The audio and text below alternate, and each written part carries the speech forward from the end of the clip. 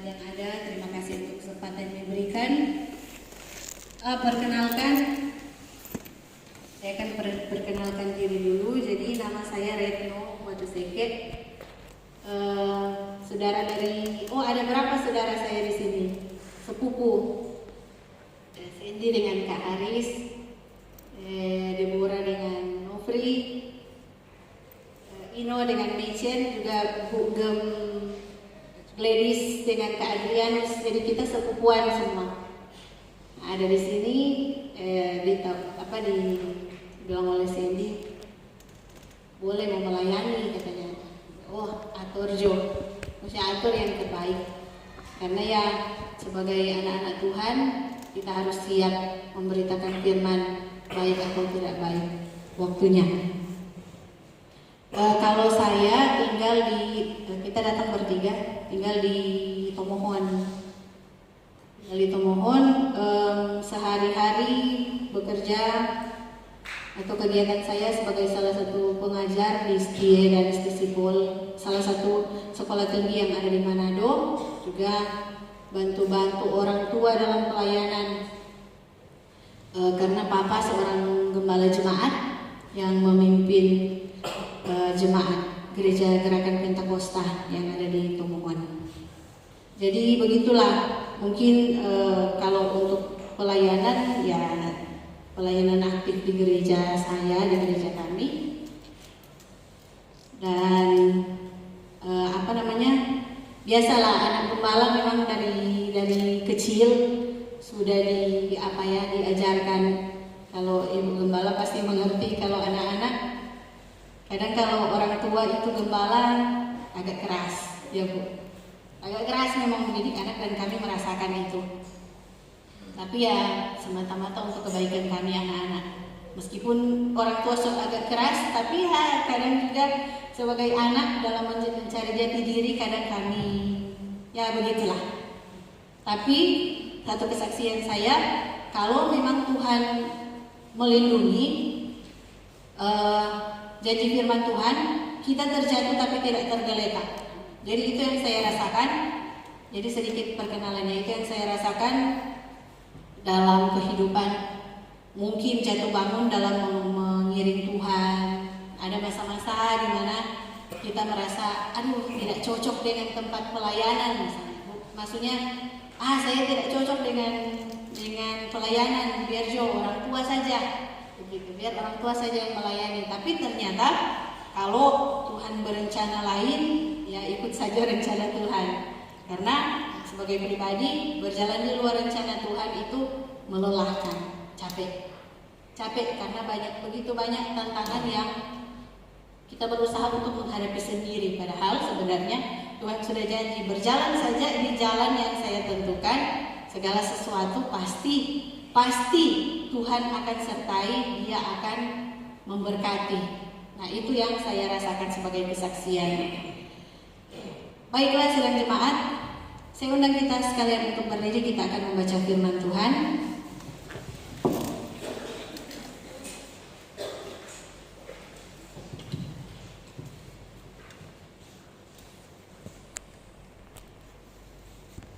Kita buka bersama-sama di dalam Injil Matius. Injil Matius pasal yang ke-25 ayat 31 sampai ayat yang ke-46. Matius 25 ayat 31 sampai ayat yang ke-46.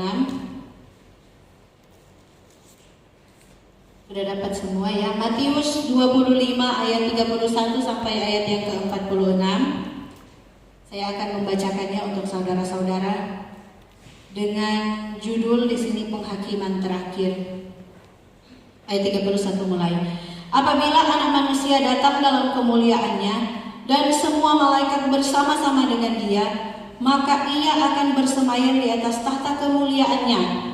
Lalu semua bangsa akan dikumpulkan di hadapannya, dan Ia akan memisahkan mereka seorang daripada seorang, sama seperti gembala memisahkan domba dari kambing.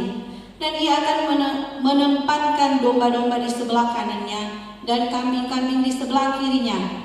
Dan raja itu akan berkata kepada mereka yang di sebelah kanannya, "Mari, hai kamu yang diberkati oleh Bapa-Ku, terimalah kerajaan yang telah disediakan bagimu sejak dunia dijadikan. Sebab ketika aku lapar, kamu memberi aku makan. Ketika aku haus, kamu memberi aku minum. Ketika aku seorang asing, kamu memberi aku tumpangan. Ketika aku telanjang, kamu memberi aku pakaian. Ketika aku sakit, kamu melawat aku. Ketika aku di dalam penjara, kamu mengunjungi aku.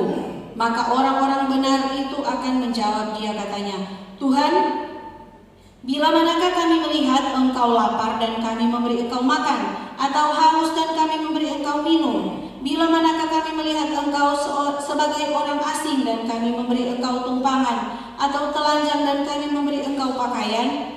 Bila manakah kami melihat engkau sakit atau dalam penjara dan kami mengunjungi engkau? Dan raja itu akan menjawab mereka, Aku berkata kepadamu, sesungguhnya segala sesuatu yang kamu lakukan untuk salah seorang dari saudaraku yang paling hina ini, kamu telah melakukannya untuk aku. Dan ia akan berkata juga kepada mereka yang di sebelah kirinya, Enyahlah dari hadapanku, hai kamu orang-orang terkutuk, enyalah ke dalam api yang kekal yang telah sedia untuk iblis dan malaikat-malaikatnya. Sebab ketika aku lapar, kamu tidak memberi aku makan.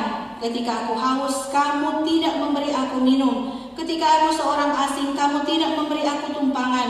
Ketika aku telanjang, kamu tidak memberi aku pakaian. Ketika aku sakit dan dalam penjara, kamu tidak melawat aku.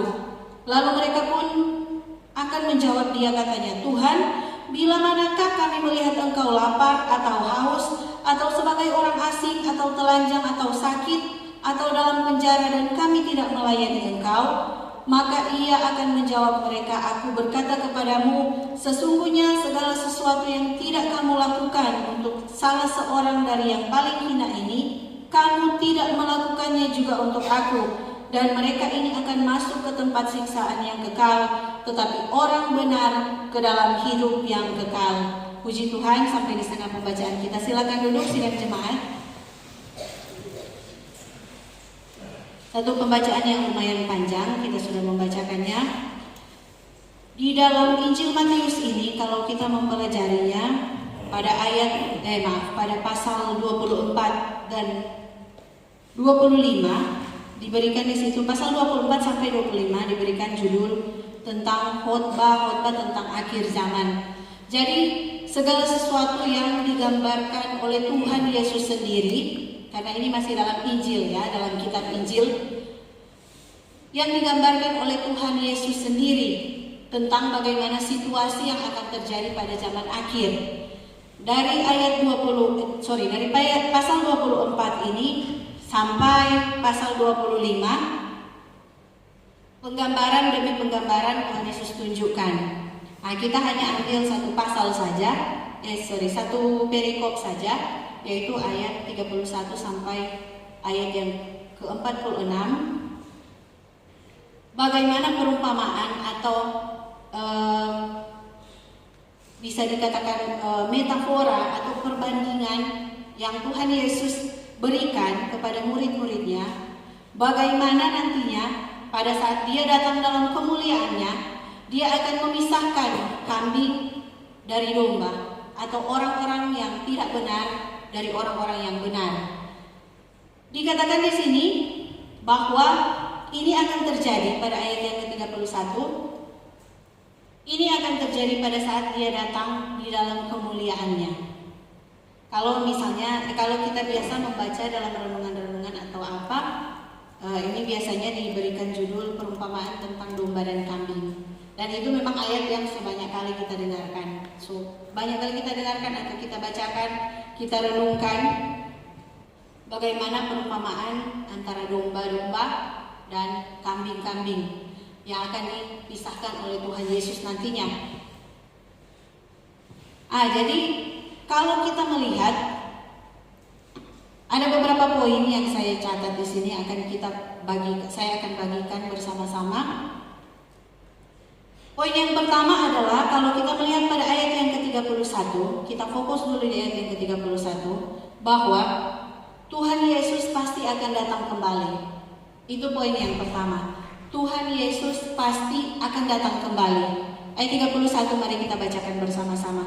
Apabila Anak Manusia datang dalam kemuliaannya dan semua malaikat bersama-sama dengan Dia, maka Ia akan bersemayam di atas tahta kemuliaannya. Kalau kita melihat para teolog biasanya membagikan Tuhan Yesus itu datang ke dunia terbagi 3 kali. Yang pertama adalah pada saat Dia datang sebagai bayi mungil, yang kejadiannya kira-kira 2000-an tahun yang lalu di Bethlehem. Oleh karena kasihnya bagi kita, Tuhan Yesus, Tuhan berpikir bahwa manusia atau kita tidak dapat menyelamatkan diri kita sendiri. Seberapa kuat pun kita berusaha, seberapa baik pun kita orangnya, kita tidak bisa menyelamatkan diri sendiri. Kalau dengan usaha kita maka semua akan sia-sia. Maka inisiatif dari Tuhan, saya harus turun untuk menyelamatkan ini orang-orang yang sementara ini ada di dalam kegelapan, ada di dalam dosa. Jadi kalau kita berpikir bahwa saat ini kita ada di tempat ini semua karena hasil usaha kita sendiri, karena saya rajin ke gereja, saya rajin ibadah, saya rajin doa puasa, saya rajin memberi perpuluhan dan sebagainya, saya anak manis, saya orang tua yang menyayangi anak-anak, makanya saya ada di tempat ini. No, kita ada di tempat ini oleh karena kasih karunia Tuhan. Kalau Tuhan tidak membukakan pintu kasih karunia-Nya bagi kita, bahayalah kehidupan kita.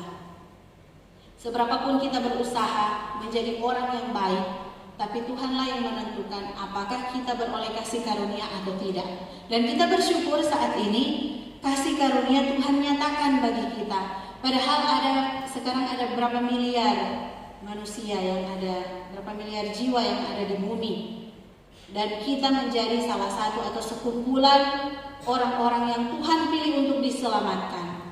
Ada begitu banyak orang atau begitu banyak jiwa yang saat ini kalau misalnya Tuhan datang pada kali yang kedua, atau misalnya mereka meninggal detik ini juga, ada sekian miliar jiwa yang tidak tahu arahnya mau kemana, yang tidak tahu setelah ini mau masuk pada kekekalan versi mana, kekekalan versi surga atau kekekalan versi neraka. Dua-dua kekekalan. Tapi apakah kita akan bahagia bersama-sama dengan Tuhan atau sengsara di dalam kerajaan api yang kekal atau neraka? Itu yang jadi pertimbangan kita. Kita di dunia berapa tahun sih? 70-80 tahun.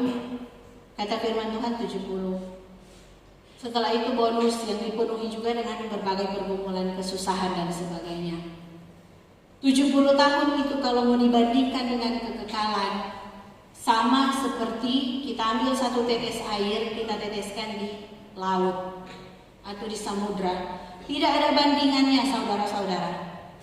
Tidak ada yang dapat membandingkan kehidupan kita yang hanya berpuluh-puluh tahun. Ada yang cuma sampai 30, 40, tidak sampai 70.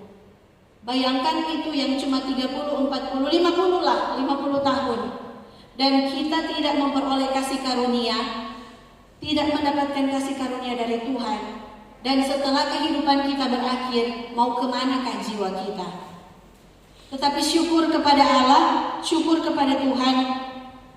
Karena kalau kita baca di dalam Yohanes 3 ayat 16, ayat yang sangat populer, Injil Yohanes ya, Yohanes pasal 3 ayat yang ke-16.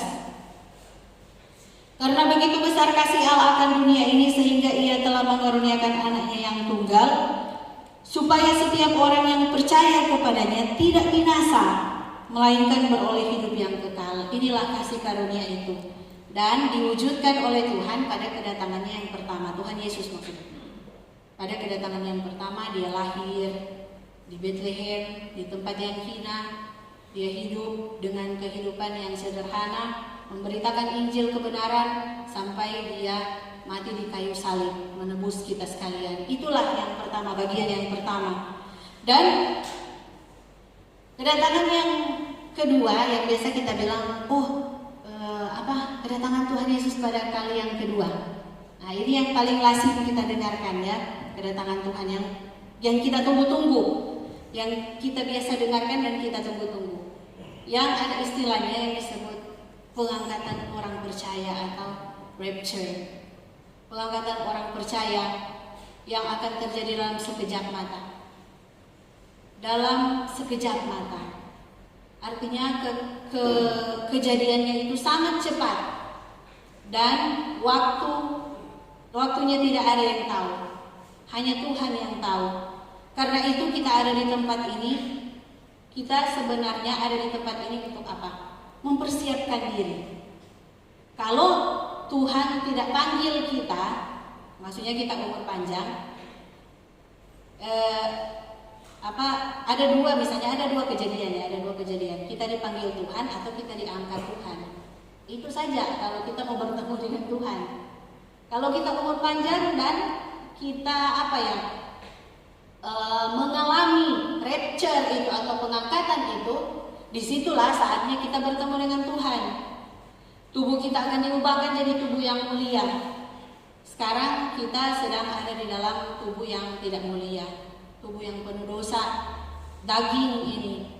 Kalau di dalam bagian firman Tuhan dijelaskan perbedaan antara kemah dengan kediaman. Artinya perbedaan antara kalau tubuh jasmani kita ini kayak gubuk yang bisa saja kapan saja hancur, dan pada saat kita beralih tempat, entah antara Tuhan panggil kita meninggal di dalam Tuhan atau Tuhan panggil maksudnya diangkat ke surga ya, kita akan meninggalkan ini gubuk ini daging ini yang sebenarnya tidak berharga, yang nantinya akan menjadi abu. Kita akan tinggalkan itu, diganti dengan tubuh kemuliaan yang telah Tuhan sediakan bagi kita.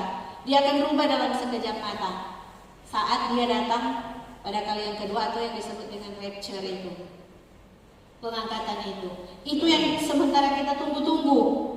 Yang satu sudah digenapi, sekarang yang kedua yaitu pengangkatan orang percaya. Ini pasti akan terjadi sidang jemaat, karena ada banyak ayat firman Tuhan yang mendukung itu. Kalau cari-cari di Alkitab tidak dapat, ya sudah, tidak usah peduli dengan rapture. Tetapi ada begitu banyak ayat firman Tuhan yang mendukung tentang pengangkatan orang percaya ini, yang biasa kita bilang kedatangan Tuhan Yesus. Yang sekali lagi yang kita tunggu-tunggu. Kita baca bersama-sama di dalam ini ayat-ayat mendukung ya sidang jemaat. 1 Tesalonika 4. 1 Tesalonika pasal yang keempat, kita baca ayat 15 sampai ayat 18. 1 Tesalonika pasal 4 ayat 15 sampai 18. Ini kami katakan kepadamu dengan firman Tuhan. Kita yang hidup yang masih tinggal sampai kedatangan Tuhan sekali-kali tidak akan mendahului mereka yang telah meninggal. Sebab pada waktu tanda diberi, yaitu pada waktu penghulu malaikat berseru dan sangkakala Allah berbunyi, maka Tuhan sendiri akan turun dari surga, dan mereka yang mati di dalam Kristus akan lebih dahulu bangkit. Sesudah itu kita yang hidup yang masih tinggal akan diangkat bersama-sama dengan mereka dalam awan menyongsong Tuhan di angkasa. Demikianlah kita akan selama-lamanya bersama-sama dengan Tuhan. Karena itu hiburkanlah seorang akan yang lain dengan perkataan ini. Jelaskan di firman Tuhan. Jadi ini sesuatu yang tidak bisa kita abaikan. Bahwa ya silakan kita dalam dunia ini, saya juga bekerja, orang tua juga meskipun sudah dekat-dekat pensiun tetap masih bekerja, tetap melaksanakan kegiatan seperti biasa, melayani dan sebagainya. Tetapi kita harus ingat bahwa di dalam firman Tuhan ada satu saat kita akan berhenti dari semua kegiatan ini. Nah, kalau kita hanya terfokus kepada kegiatan kita yang ada di dunia ini dan tidak memfokuskan diri kepada kekekalan, tidak mengarahkan mata kita kepada hari yang penting itu, yaitu di mana hari Tuhan Yesus mengangkat kita sekalian, apakah gunanya hidup kita? Harta kita tidak akan berguna, jabatan kita tidak akan berguna, kekuatan kita tidak akan berguna. Mungkin kita lahir dari orang tua yang punya segalanya, tidak akan berguna pada saat hari itu jadi. Tidak akan berguna. Yang berguna adalah jiwa kita. So, dipersiapkan atau tidak? Itu yang sebenarnya jadi inti dari kehidupan kita. Silakan bekerja. Firman Tuhan juga bilang orang yang tidak bekerja tidak boleh makan. Artinya Tuhan benci orang malas. Tuhan tidak suka orang yang tidak bekerja. Tetapi fokuskan diri kita bukan untuk kehidupan di dunia ini. Apalagi anak-anak muda. Saya meskipun umur 35 masih anak muda. Masih single jadi masih anak muda. Apalagi anak-anak muda, banyak mimpi yang ada di dalam pikiran kita yang ingin kita capai dan sebagainya. Tapi itu silakan, Tuhan tidak marah. Tetapi kalau fokus kita sudah ke arah situ dan tidak memfokuskan, mempersiapkan jiwa kita untuk kedatangan Tuhan, apakah gunanya? Apakah gunanya? Ada ayat pendukung lagi sidang jemaat. Yohanes 14 ayat 1 sampai ayat yang keempat. Injil Yohanes 14 ayat 1 sampai ayat yang keempat, yang biasanya kita dengar kalau ada kedukaan. Ayat ini paling populer, yaitu rumah Bapa. Janganlah gelisah hatimu, percayalah kepada Allah, percayalah juga kepadaku. Di rumah Bapakku banyak tempat tinggal. Jika tidak demikian, tentu aku mengatakannya kepadamu. Sebab aku pergi ke situ untuk menyediakan tempat bagimu. Ayat 3 perhatikan. Dan apabila aku telah pergi ke situ dan telah menyediakan tempat bagimu, aku akan datang kembali dan membawa kamu ke tempatku, supaya di tempat di mana aku berada, kamu pun berada, dan kemana aku pergi, kamu tahu jalan ke situ. Tuhan Yesus kalau dia mengatakan sesuatu, ya dan pasti akan terjadi. Dia berkata bahwa dia akan datang kembali dan membawa kita ke tempatnya. Aku akan datang kembali dan membawa kamu ke tempatku. Dan ayat yang keempat, kalau kita perhatikan lagi, dan kemana aku pergi, kamu tahu jalan ke situ. Tuhan Yesus setelah dia bangkit 40 hari kemudian naik ke surga. Ada kemana dia itu? Ada ke surga. Artinya Tuhan Yesus sudah pergi ke surga. Dan orang-orang yang dipilihnya tahu jalan ke situ. Kita tahu jalan ke situ. Ke rumah Bapa yang sudah Tuhan sediakan bagi kita.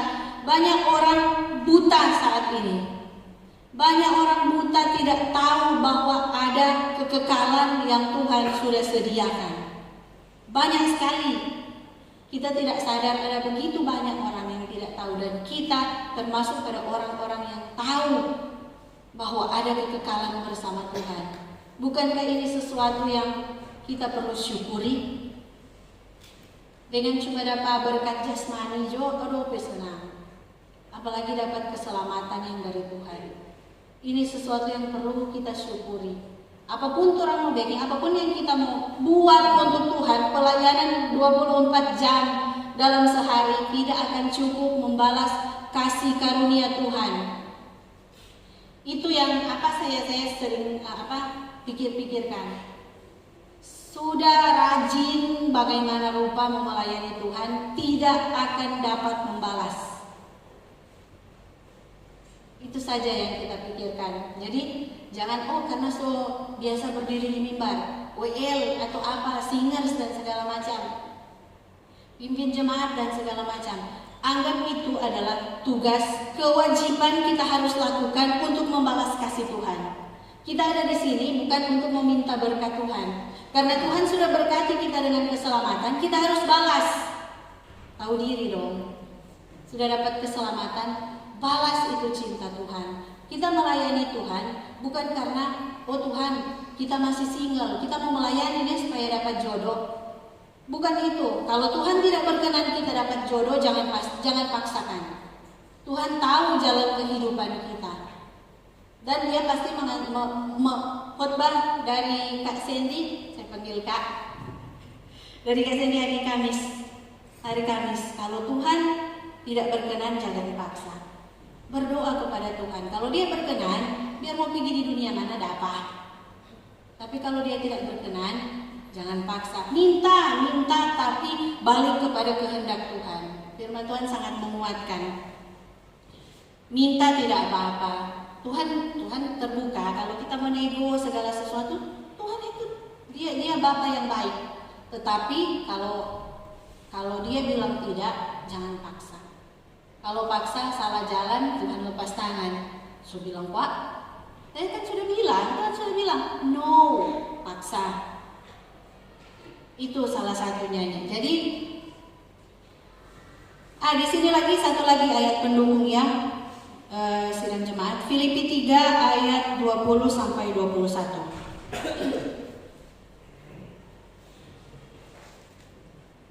Filipi 3 ayat 20 sampai 21. Mari kita baca bersama-sama.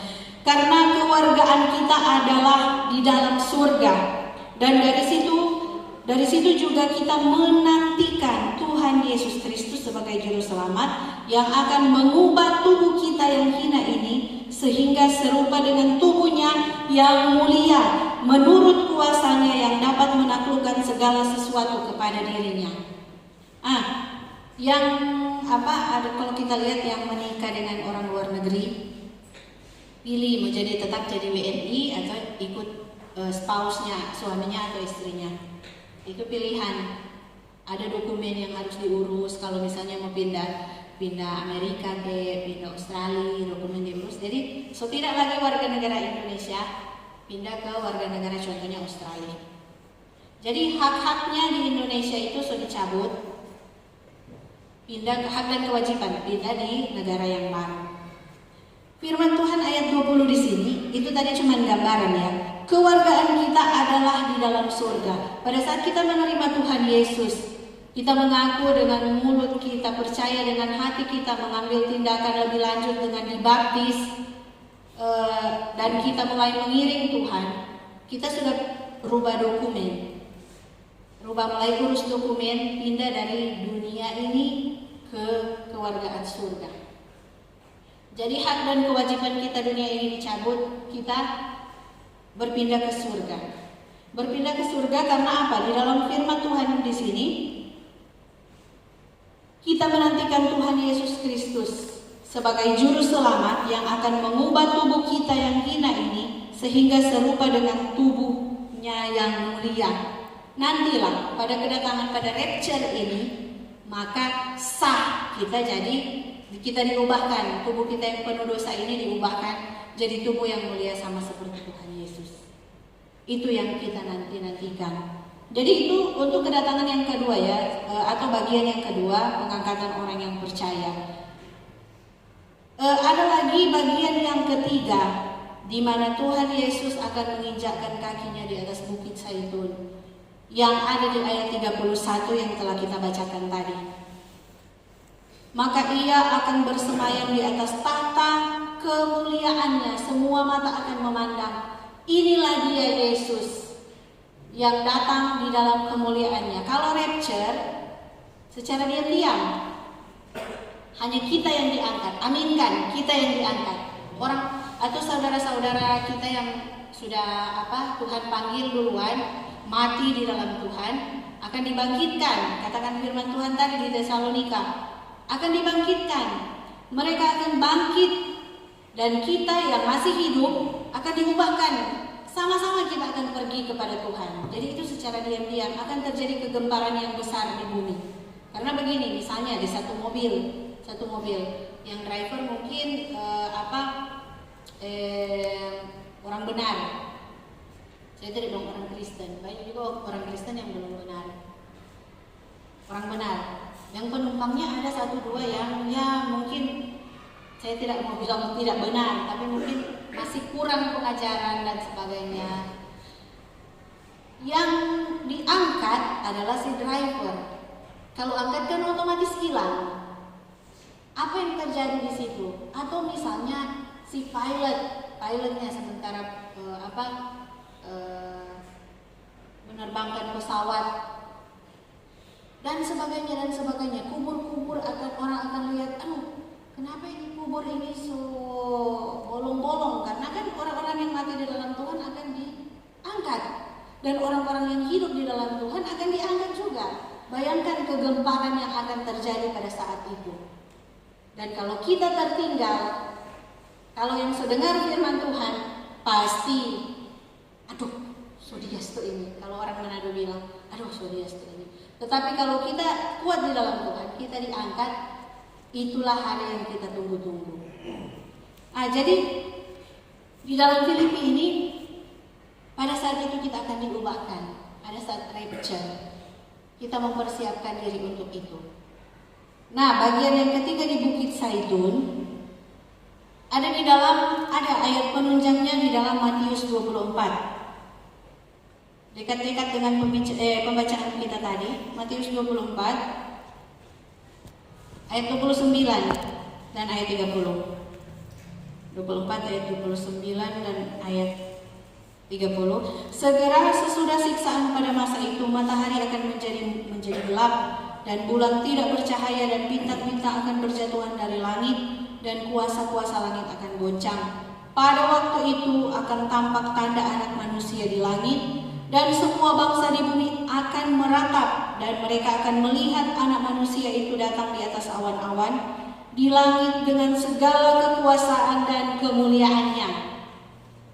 Kita sambung dengan ayat pendukung yang kedua, Zakaria. Kita buka dalam Zakaria 14 ayat yang keempat. Zakaria 14 ini judulnya Kemenangan Terakhir, Tuhan menjadi Raja di Yerusalem. Kita baca ayat yang keempat saja. Pada waktu itu kakinya akan berjejak di Bukit Zaitun yang terletak di depan Yerusalem di sebelah timur. Bukit Zaitun itu akan terbelah dua dari timur ke barat, sehingga terjadi suatu lembah yang sangat besar. Setengah dari bukit itu akan bergeser ke utara dan setengah lagi ke selatan. Disinilah Tuhan Yesus akan menyatakan kuasanya. Orang-orang Israel yang sementara menunggu Mesias, mereka akan lihat, aduh betul, Yesus ini ternyata yang Mesias, yang Raja di atas segala raja. Orang-orang Kristen yang tidak hidup benar dan tidak mempersiapkan diri, mereka lihat, aduh betul yang saya dengar di khotbah. Banyak sekali khotbah, buka YouTube, banyak sekali khotbah tentang akhir zaman. Disitulah dunia akan, kata firman Tuhan, dunia akan meratapinya. Pada saat dia datang dengan penuh kemuliaannya bersama dengan orang-orang kudusnya. Kalau kita diangkat bersama-sama dengan Tuhan, kita naik ya pas rapture, pas Tuhan turun di atas Bukit Zaitun dengan kemuliaannya, kita ada bersama-sama dengan Tuhan. Kita akan memimpin bersama-sama dengan Tuhan. Itu janji firman Tuhan. Karena dia datang dalam kemuliaannya, yaitu untuk menyatakan memang bahwa dialah Yesus. Dan yang kedua, dia akan mendirikan kerajaan 1000 tahun damai. Mungkin kalau ada kesempatan berikut, nanti kita bahaslah kalau ada kesempatan berikut. Tapi ini hanya sebagai garis-garis besarnya saja. Dan tujuannya adalah untuk berperang melawan iblis atau melawan setan pada zaman akhir. Itu sebagian dari gambaran bahwa pada ayat yang ke-31 ini, Tuhan Yesus, poin yang pertama, Tuhan Yesus ya dan pasti akan datang kembali. Kita jangan pandang enteng. Persiapkan diri sematang mungkin.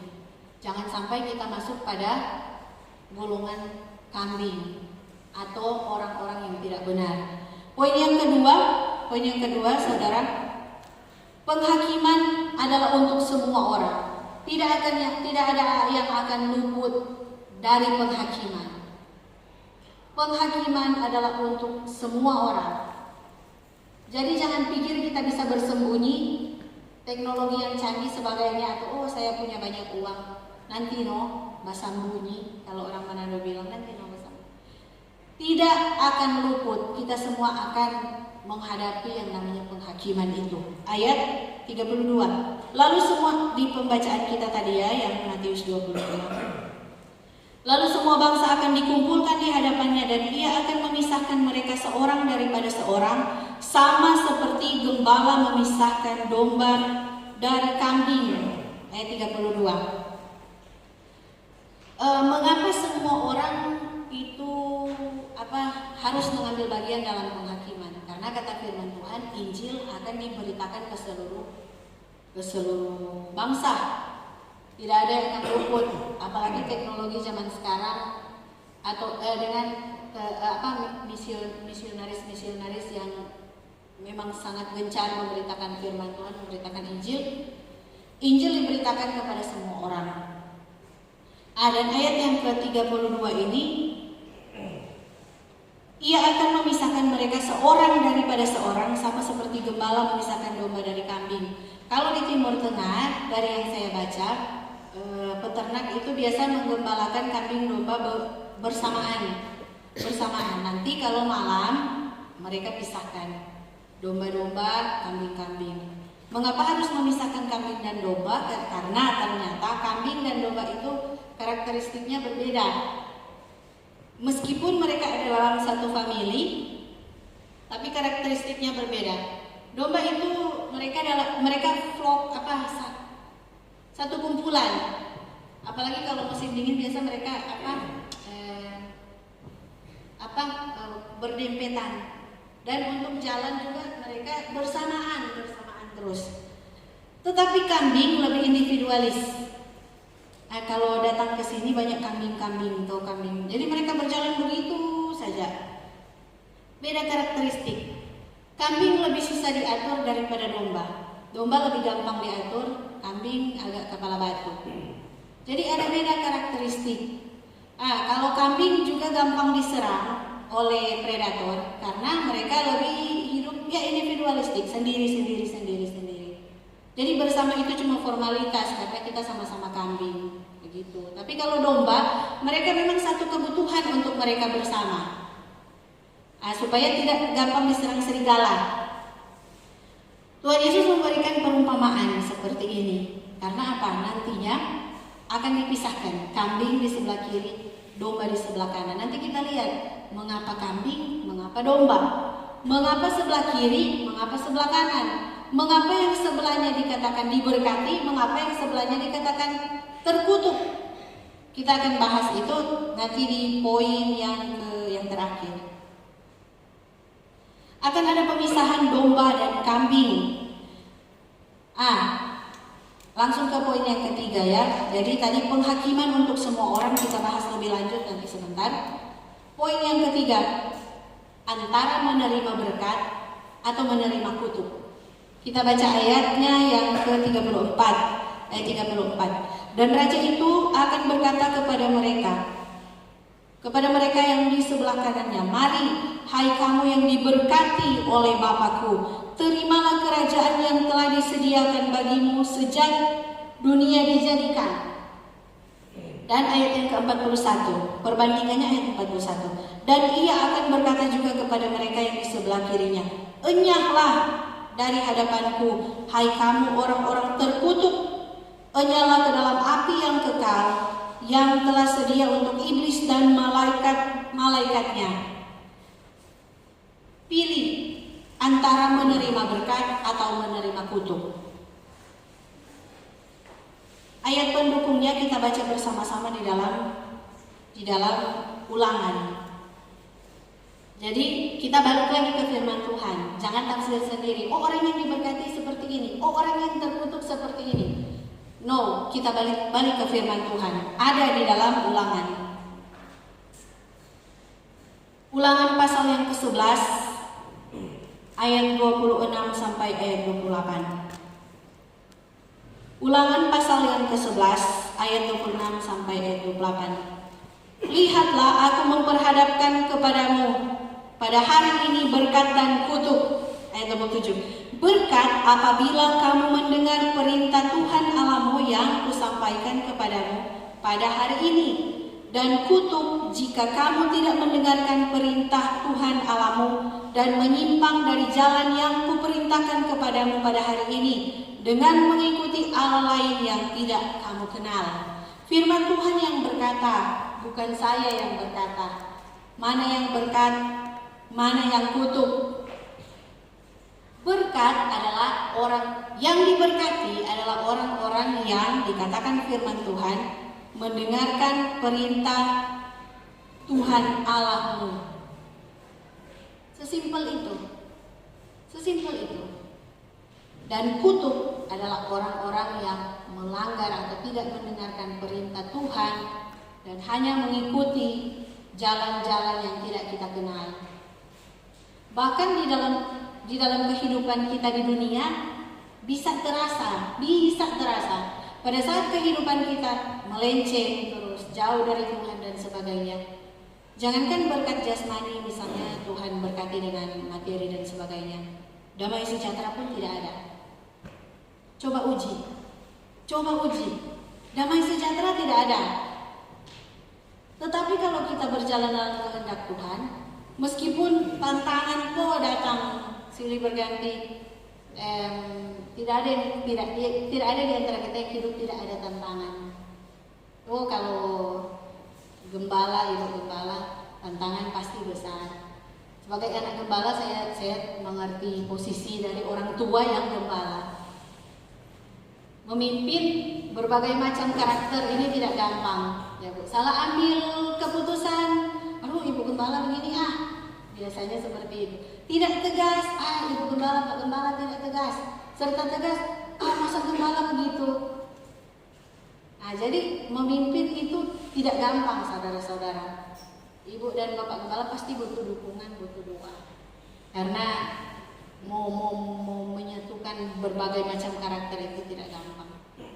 Nah, jadi berkat dan kutuk itu saja. Kalau kita hidup di dalam kehendak Tuhan, pasti ada damai sejahtera. Pasti itu. Kekhawatiran bisa datang, tetapi ada Roh Kudus yang mengingatkan, kamu tidak percaya kah? Tidak tahukah kalau hidup di dalam tangannya siapa? Dalam tangan Tuhan. Dia bisa mengubahkan segala macam keadaan kita. Tapi kalau Tuhan belum ubahkan, berarti Tuhan tuntut orang yang harus berubah. Kita yang harus berubah dulu. Jangan berdoa sampai lutut tak kupas, tapi tidak merubah karakter kita, sehingga Tuhan belum buka jalan. Bukan tidak, tapi belum buka jalan. Itu saya rasakan sidang jemaat. Karena kalau mau bilang kepala batu, saya termasuk kepala batu. Tapi Tuhan ubahkan pelan-pelan. Tuhan pakai caranya Tuhan lah, bukan caranya saya. Akhirnya ini sekedar kesaksian. Dan ada perbedaan. Betul, ada perbedaan. Di saat hidup melenceng dan hidup tidak melenceng, beda. Karena janji firman Tuhan itu baru kehidupan di dunia, belum kehidupan kekekalan. Ada janji yang lebih besar, berkat dan kutuk. Kalau kita baca kita kembali di ayat yang kita baca tadi tentang kambing dan domba, berkat itu hidup bersama dengan Tuhan di surga, dan kutuk hidup selama-lamanya di dalam api neraka. Itu yang lebih bahaya. Berkat atau kutuk, kita yang pilih. Kalau kita melihat juga kedua kelompok ini, jangan katakan kambing orang yang tidak percaya, domba, kambing yang di kiri orang yang tidak percaya, domba yang di kanan orang yang percaya. Coba kita teliti baik-baik. Kedua kelompok ini memanggil sang raja itu Tuhan. Nah, mungkin kan orang yang tidak percaya kepada Tuhan Yesus mau panggil Tuhan Yesus itu Tuhan. Orang yang percaya kepadanya, tapi mungkin hidupnya masih nantilah. Ada yang mendefinisikan sendiri. Ayat 37 dan ayat ke-44 dari pembacaan kita di Matius 25:37. Maka orang benar itu akan menjawab dia, katanya, Tuhan, bila manakah kami melihat Engkau lapar, dan seterusnya. Ayat yang ke-44 lagi. Ayat yang ke-44. Lalu mereka pun akan menjawab dia, katanya, Tuhan. Jadi dua-duanya ada di dalam sebenarnya kumpulan yang sama. Mereka digembalakan oleh gembala yang sama. Tetapi pada hari akhir dipisahkan juga. Bukankah ini sesuatu yang miris, yang berbahaya? Bahaya sidang jemaat. Mungkin kita sementara ini tidak sadar bahwa kita ada di dalam kumpulan kambing. Dan ini adalah sesuatu yang menyedihkan kalau mau bilang. Mungkin kita merasa, tidak, saya sungguh benar, saya rajin beribadah dan sebagainya. Dan pada hari yang terakhir itu, atau pada saat Tuhan menghakimi, tidak disangka-sangka masuk ke dalam kumpulan kambing. Nah, poin yang terakhir, apa sih yang membedakan kambing dan domba? Kita masuk pada poin yang terakhir ya. Ternyata dalam pembacaan ini mengajarkan kita bahwa kasih adalah hal yang mutlak. Tidak bisa pilih-pilih sidang jemaat. Kasih adalah hal yang mutlak. Anda bisa punya karunia bernubuat dalam firman Tuhan ya. Nanti baca di rumah lah, kan saya tahu ayatnya di mana tuh tentang kasih. Anda bisa punya karunia bernubuat, bahasa roh tidak berhenti-berhenti. Anda bisa punya karunia ini dan sebagainya. Anda bisa hadir tiap hari di dalam gereja. Perpuluhan bukan cuma 10%, 30 lagi. Tetapi ternyata kalau tidak memiliki kasih terhadap sesama kita, orang percaya, bukan saya yang bilang, firman Tuhan yang bilang, kasih adalah hal yang mutlak. Jangan lalai melaksanakan kasih, sidang jemaat. Karena kasih itu sebenarnya tidak gampang. Tidak gampang. Dengan cuma orang dahaga juga atas ke bawah, langsung, mana? Misalnya, ini orang-orang Manado kan dahaga, tidak senang. Misalnya, atau ada diam-diam, tapi dia menyimpan sesuatu yang tidak baik. Padahal sesama anak-anak Tuhan, satu gereja, satu tubuh. Tiap Jumat Agung ada perjamuan di roti yang sama, di anggur yang satu, tetapi tidak saling mengasihi. Firman Tuhan yang bilang, bukan pengkhotbah, apalagi saya ya belum ada apa-apanya. Firman Tuhan yang bilang, sidang jemaat, kasih adalah sesuatu yang mutlak, hal yang mutlak, tidak dapat dipilih, tidak dapat ditawar. Kegagalan dalam mengasihi akan menimbulkan akibat yang berat. Kegagalan dalam mengasihi akan menimbulkan akibat kita masuk pada kelompok kambing, yang mungkin pikiran kita ada dalam kelompok domba, tetapi cuma satu. Ternyata saya tidak mengasihi sesama saya.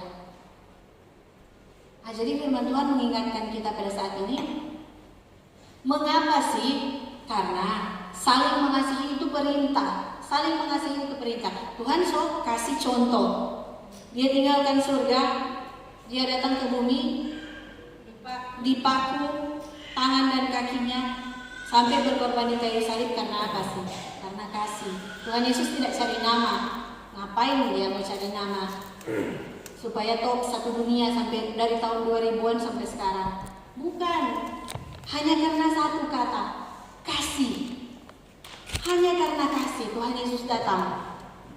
Dia memberikan contoh untuk mengasihi kita. Tuhan Yesus sudah mengasihi kita, maka kita juga harus saling mengasihi. Itu satu perintah. 1 Yohanes 4.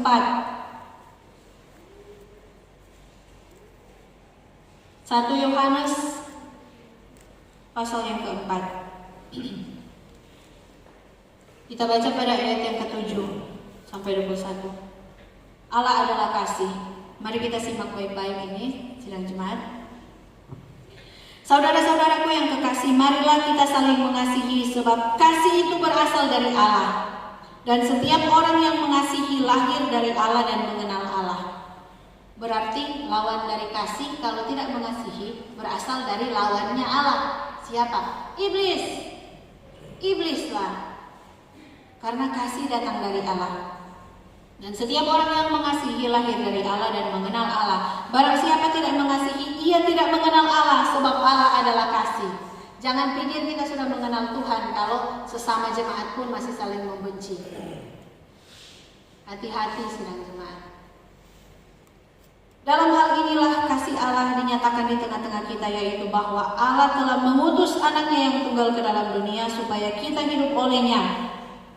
Inilah kasih itu, bukan kita yang telah mengasihi Allah, tetapi Allah yang telah mengasihi kita dan yang telah mengutus anaknya sebagai pendamaian bagi dosa-dosa kita. Saudara-saudaraku yang kekasih, jikalau Allah sedemikian mengasihi kita, maka haruslah kita juga saling mengasihi. Ada kata harus di situ. Tidak boleh tidak. Kita harus saling mengasihi. Ayat 12. Tidak ada seorang pun yang pernah melihat Allah. Jika kita saling mengasihi, Allah tetap di dalam kita dan kasih-Nya sempurna di dalam kita. Demikianlah kita ketahui bahwa kita tetap berada di dalam Allah dan Dia di dalam kita. Ia telah mengaruniakan kita mendapat bagian dalam roh-Nya, dan kami telah melihat dan bersaksi bahwa Bapa telah mengutus anaknya menjadi juru selamat dunia. Barang siapa mengaku bahwa Yesus adalah anak Allah, Allah tetap berada di dalam Dia dan Dia di dalam Allah. Kita telah mengenal dan telah percaya akan kasih Allah kepada kita. Allah adalah kasih, dan barang siapa tetap berada di dalam kasih, ia tetap berada di dalam Allah dan Allah di dalam Dia. Dalam hal inilah kasih Allah sempurna di dalam kita, yaitu kalau kita mempunyai keberanian percaya pada hari penghakiman, karena sama seperti Dia, kita juga ada di dalam dunia ini. Ayat 18. Di dalam kasih tidak ada ketakutan. Kasih yang sempurna melenyapkan ketakutan, sebab ketakutan mengandung hukuman, dan barang siapa takut ia tidak sempurna dalam kasih. Kita mengasihi karena Allah lebih dahulu mengasihi kita. Jikalau seorang berkata, aku mengasihi Allah, dan ia membenci saudaranya, maka ia adalah pendusta. Karena barang siapa tidak mengasihi saudara yang dilihatnya, tidak mungkin mengasihi Allah yang tidak dilihatnya. Dan perintah ini kita terima dari Dia. Barang siapa mengasihi Allah, ia harus juga mengasihi saudaranya.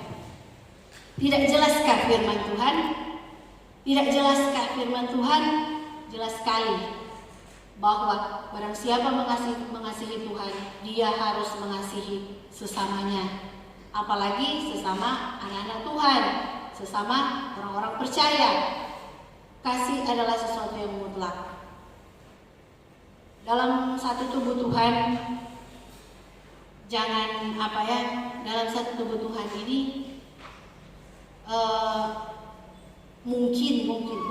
memang banyak yang seperti itu. Saya juga pernah sidang jemaat. Ini saya buka-bukaan saja ya. Ada salah satu jemaat, tetanggaan. Dia tuduh mama saya itu ibu gembalanya, katanya ambil uangnya 1 juta sama anting-anting emas. Bu gembala kalau dapat kejadian seperti ini, tindakannya seperti apa? Kalau mama saya kalem, maksudnya tidak, yang panas saya sedang jemaat. Kita cari dia di rumah. Saya cari dia waktu itu. Saya marah-marah. Abangnya bilang, begitu. Nah, akhirnya dia minta maaf dan sebagainya. Ya sudahlah, habis di situ karena mungkin juga sudah emosi ya. Saya buka-bukaan saja. Saya tidak sempurna. Jadi kita semua tidak sempurna. Ada banyak kekurangan dalam kehidupan kita. Tetapi kalau sekarang sudah selesai. Tidak mungkin kalau jemaat dari orang tua saya itu, ya jemaat kami lah itu, dia menghadapi kesusahan, misalnya ya, tidak ada kesusahan apalah, baru orang atau kita misalnya tobat. Tidak boleh seperti itu sidang jemaat. Bahkan setelah dia berbuat salah, sedang melihat apa sayang, kita pernah marah pada dia, seperti itu. Atau kalau misalnya dia ada kesusahan, ya tetap kita tidak boleh menutup mata, karena memang itu tuntutan. Mungkin masih ganu atau masih gemas, tetapi kasih menuntut kita untuk bertindak out of the box, di luar kotak. Karena itulah, apalagi kalau sesama jemaat tidak apa-apa, mungkin ya ada perselisihan dan sebagainya. Tetapi jangan biarkan iblis memanfaatkan. Hati-hati, jangan biarkan iblis memanfaatkan, memecah belah keadaan jemaat hanya dengan tidak memiliki kasih. Baku film, kalau orang Manado bilang, dia kok cerita-cerita di belakang Pak kita, biasanya kan. Tidak bagus dia ke orang, tapi kalau dia minta maaf, maafkan. Harus, seperti Tuhan sudah mengampuni kita, kita harus mengampuni orang lain. Itu di dalam firman Tuhan. Ini yang menjadi firman Tuhan saat ini sidang jemaat. Ternyata satu itu, mengasihi. Jemaat harus mengasihi gembala. Gembala mengasihi jemaat. Gembala dan keluarga pasti mendoakan jemaat. Jemaat itu tidak pernah lewat ya, biasanya begitu. Ada berapa pun jemaatnya, apalagi yang punya masalah dan sebagainya, pasti didoakan. Pertanyaannya, jemaat ada mengasihi, ada mendoakan gembala tidak? Jangan jemaat cuma terima. Gembala juga harus didoakan. Keluarga gembala. Nah, jadi itu yang menjadi firman Tuhan saat ini yang boleh saya bagikan. Sidang jemaat, di mana persiapkan diri. Karena pertama Tuhan Yesus pasti akan datang. Dan penghakiman itu untuk semua orang. Dan kita yang memilih berkat atau kutuk. Dan yang terakhir, kasih adalah sesuatu yang mutlak dan tidak boleh ditawar-tawar. Tuhan memberkati kita sekalian. Saya mengundang pemain musik dan singers. Kita akan berdoa untuk firman Tuhan yang ada.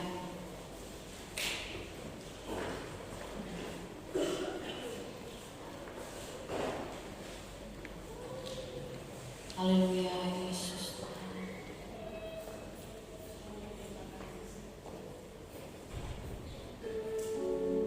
Kita bangkit berdiri, kita menyanyi bersama-sama, selidiki aku, lihat hatiku. Haleluya, Yesus. Terima kasih Bapa, terima kasih Tuhan. Oh, terima kasih Tuhan Yesus. Selidiki aku, lihat hatiku. Apakah ku sungguh mengasihimu, Yesus? Kau yang Maha Tahu dan menilai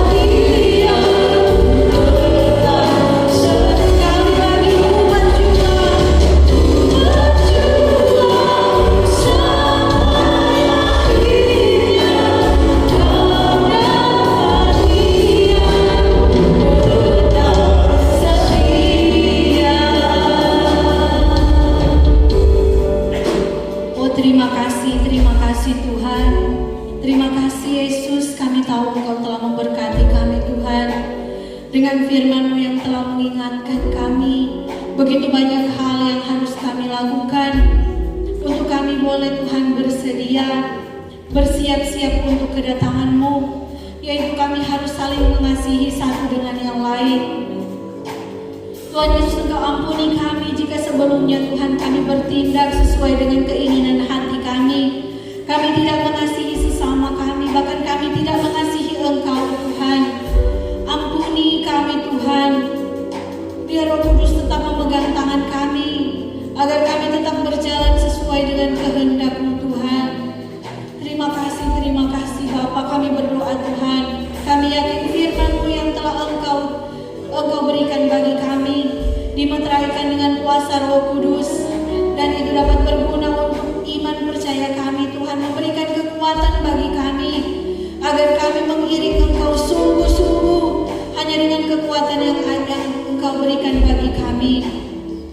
Terima kasih Bapa, terima kasih Tuhan. Berdoa juga untuk setiap hati-hati yang telah menerima firman-Mu. Biar kami boleh diubahkan menjadi hati dengan tanah yang baik, dan firman-Mu boleh bertumbuh di setiap hati kami. Terima kasih Tuhan, terima kasih. Kami juga mau berdoa saat ini Tuhan untuk gereja di tempat ini, Gereja Bethesda Indonesia Toli-Toli. Tuhan, Engkau tahu setiap kebutuhan mereka Tuhan. Engkau tahu setiap pergumulan yang ada di dalam gereja ini. Namun kami akan percaya Engkau yang akan turun tangan Tuhan. Engkau yang akan bersama-sama dengan jemaat-Mu yang ada di tempat ini. Mereka begitu setia mengiring Engkau Tuhan. Kami ingin percaya Engkau menyediakan berkat demi berkat bagi gereja ini, bagi gembala, Bapak Gembala, Ibu Gembala beserta keluarga.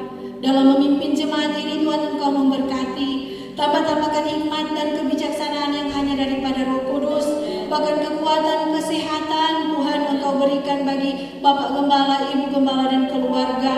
Mereka boleh bersatu untuk melayani Engkau, melayani jemaat-Mu yang ada di tempat ini. Segala kebutuhan mereka jasmani amat terlebih rohani Engkau tahu, Engkau cukupkan di dalam nama Yesus. Berkati pelayan-Mu Tuhan. Bahkan setiap Tuhan majelis jemaat, pelayan-pelayan Tuhan yang ada di tempat ini, Engkau juga memberkati setiap mereka. Pelayan mereka Tuhan kami tahu tidak sia-sia. Engkau yang melihat dan Engkau yang mendidik setiap hati mereka Tuhan. Berkati setiap pelayan Tuhan yang ada di tempat ini Tuhan. Bahkan untuk seluruh jemaat-Mu, Engkau yang mengetahui setiap pribadi lepas pribadi jemaat-Mu. Dalam kesetiaan mereka mengiring Tuhan, kami tahu Tuhan Engkau menilai semuanya. Karena itu Tuhan, biar jemaat-Mu di tempat ini menjadi jemaat yang kuat di dalam iman, percaya mereka kepadamu. Jemaat yang mempersiapkan diri untuk kedatangan-Mu. Jemaat yang giat melayani Engkau oleh karena mereka mengasihi Engkau. Dan sesuai firman-Mu, jemaat di tempat ini boleh menjadi jemaat yang satu, yang kuat, yang saling mengasihi, yang saling menopang dalam pelayanan. Terima kasih Tuhan, terima kasih. Kami serahkan semuanya ke dalam tangan-Mu. Kami mengucap syukur saat ini Tuhan untuk firman-Mu. Dan biarlah Tuhan firman-Mu boleh memberikan kekuatan bagi kami. Terima kasih Tuhan Yesus, terima kasih. Ada banyak hal yang akan kami sampaikan. Namun Tuhan, sebelum keluar dari mulut kami tahu Engkau mengetahuinya Tuhan. Engkau melihat segala sesuatu yang Engkau perkenankan. Buka jalan dan tunjuk jalan Engkau berkati. Namun yang tidak Engkau halaukan dengan kuasa darah-Mu. Satu keyakinan kami Tuhan, jika Engkau menyertai kami tidak akan tersesat. Terima kasih Bapa, terima kasih Tuhan Yesus, terima kasih ya Roh Kudus. Kami mengucap syukur untuk firman Tuhan yang boleh kami dengarkan. Di dalam nama Yesus, haleluya. Sama-sama kita katakan amin, amin. Kami kembalikan kepada worship leader.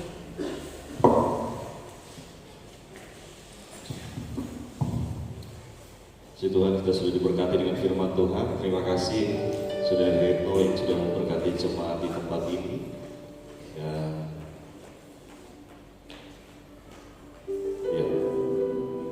kita berdoa untuk pelayanannya terus dipakai Tuhan, masa depannya diberkati Tuhan.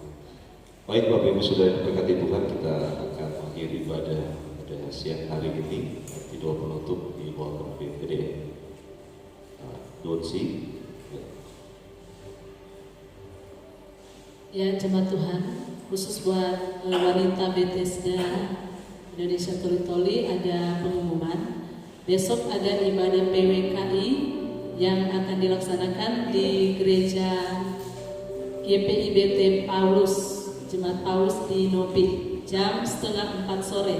Sekali lagi buat ibu-ibu, wanita-wanita yang ada, besok ada ibadah PWKI atau Persatuan Wanita Kristen Indonesia Toli-Toli yang akan dilaksanakan di gereja GPIBT Jemaat Paulus di Nopi jam 3:30 sore. Jadi boleh baku telepon atau saling menghubungi untuk kita sama-sama menuju ke tempat dilaksanakan ibadah. Demikian pengumuman. Mari saudara kita sama bangkit berdiri.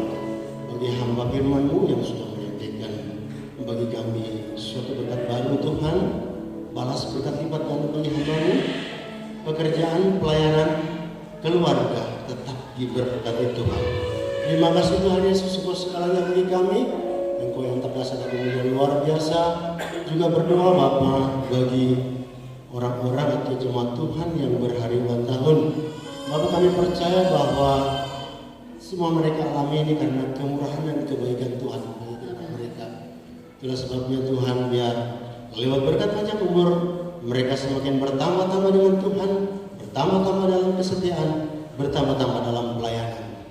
Terpujilah Bapa yang baik, hamba-Mu Bapak Gembala kami Pak Muldi, mari Tuhan dalam tugas pelayanannya biar semakin dahsyat, semakin luar biasa, dan keluarga semuanya diberkati karena Tuhan yang berkati. Terima kasih umat-umat Tuhan yang sudah mengambil bagian di hari ini. Semuanya diberkati Tuhan. Datang beda, pulang beda, karena Tuhan yang memberkati. Terima kasih Bapa di surga. Terpujilah Engkau selamanya. Mari Bapak Ibu kita angkat tangan melebihi kepala kita. Bapa kami yang di surga, Engkau melihat umat-umat-Mu, hamba-hamba-Mu mengangkat tangan melebihi kepala. Ini karena kami semua sangat meninggikan Engkau di atas segala galanya di kehidupan kami. Hamba berkati sama Tuhan. Jadikan mereka kepala bukan ekor. Jadikan mereka di depan bukan di belakang. Jadikan mereka terangkat bukan diturunkan. Jadikan mereka berhasil sukses bukan gagal di dalam nama Tuhan Yesus. Terimalah berkat dari Allah Bapa, cinta kasih sayang dari Tuhan Yesus Kristus, penghantaran penghiburan Allah Roh Kudus menjadi bagian hidup kita dari sekarang sampai Tuhan datang kali kedua menjemput kita saleh-salehnya dalam berkat nama Tuhan Yesus Kristus. Haleluya. Semua yang percaya bersama saya katakan amin. Salam Tuhan Yesus memberkati.